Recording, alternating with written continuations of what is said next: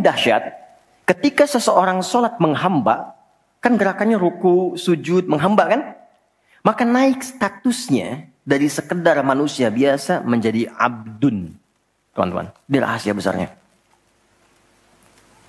Perintahnya fa'budni, yang kita baca iyyaka na'budu, asal katanya dari kata abada, orangnya abdun, zamannya ibad.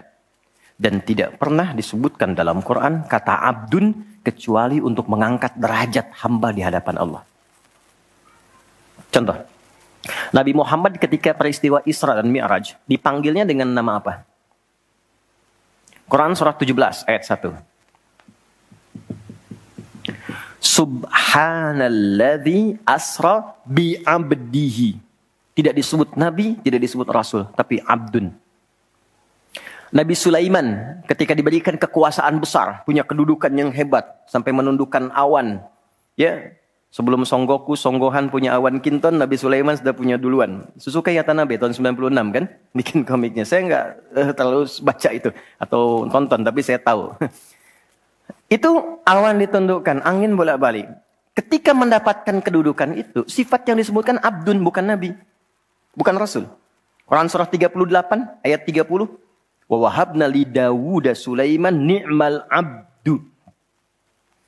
Oke, Nabi Zakaria alaihissalam ketika akan diangkat statusnya dari suami menjadi ayah dan sudah berharap tinggi, dikabulkan, naik status, diberikan anugerah, disebutnya dengan abdun.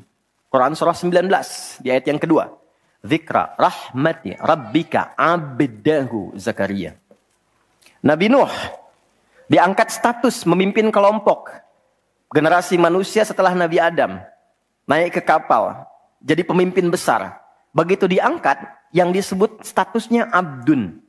Quran surah 17 ayat 3. Innahu kana abdan syakura. Kenapa disebutkan abdun? Abdun itu sifat penghambaan.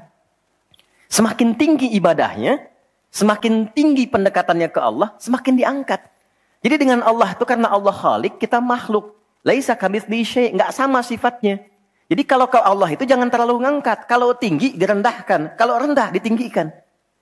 Karena itu kenapa saat sholat kita merendah supaya ditinggikan. Itu poinnya. Jelas ya? Itulah sebabnya kenapa Nabi dijamin surga. Turun surah Al-Kautsar itu. Satu-satunya Nabi yang sebelum wafat turun surganya. Rasulullah. Dengan turunnya surah Al-Kautsar. Kenapa?